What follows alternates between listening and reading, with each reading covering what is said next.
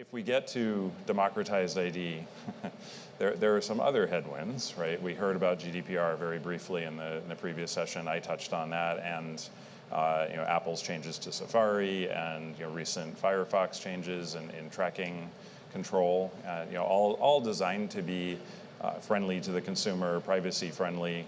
I guess first question is, to what degree do you think these challenges will be overcome by us as an industry, and to what degree do you think they might actually be detrimental to consumers if we don't manage this carefully? I mean, I think the challenges can be overcome, or at least can be understood through responsible and ethical decision making around data. How do you use it? How do you apply it? And I think that there's a roadmap that's really pretty clear that I think the smart people in this industry around data have been thinking about. I think Scott's and his team have done a terrific job in thinking through that roadmap.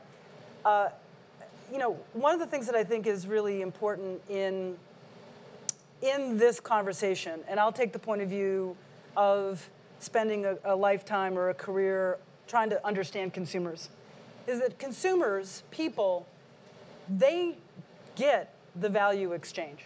They understand the value exchange. I watch TV at home in front of my big flat screen. I get it free. I watch ads. I like Netflix. Non-commercial environment. I pay $99 a month. I like to get my New York Times online. Got to wait for that ad, or two or three.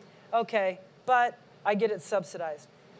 And on and on and on. Consumers get the value exchange. I'm a huge proponent of recognizing that they do understand the value exchange, recognizing that you have to be very responsible of ensuring they understand the value exchange they're about to enter into.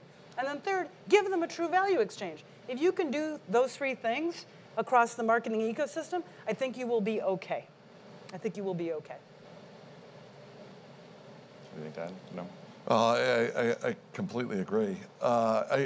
I'll go back to the premise of your question was how do we overcome the challenge? Yeah. Well, step one, let's stop thinking about it as a challenge. Right. So lessons from quick serve restaurant industry and the credit bureaus, that in both industries, there were massive regulatory changes. In quick serve restaurant, it was about nutrition on the menu. And 20 years ago in the credit industry, it was about credit reports, right? And the winners were the ones who embraced it. They didn't fight it.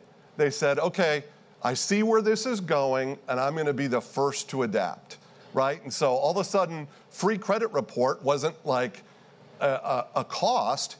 It was a marketing tool to get more customers in the franchise. McDonald's was the first to embrace nutrition on the menu, and they had 5 years of tailwinds where they did really well while everyone else was trying to play catch up and change their infrastructure so they could even be compliant with this stuff. And so the winners are going to be the ones who say, hey, the train has left the station, and we are not going to fight GDPR. Rather, we're going to embrace a world where consumers have control, they have visibility, they have choice. And so what are we going to do? We're going to collect permissions. We're going to make the value exchange transparent.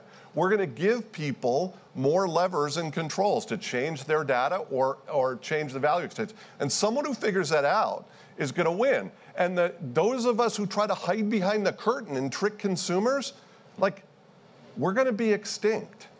And so let's stop trying to fight it. Let's embrace it, and let's figure out how to get consumers to the table and make this a good deal for them. And then this just goes away. And oh, by the way, shakes out a whole bunch of the bad actors in the industry as well.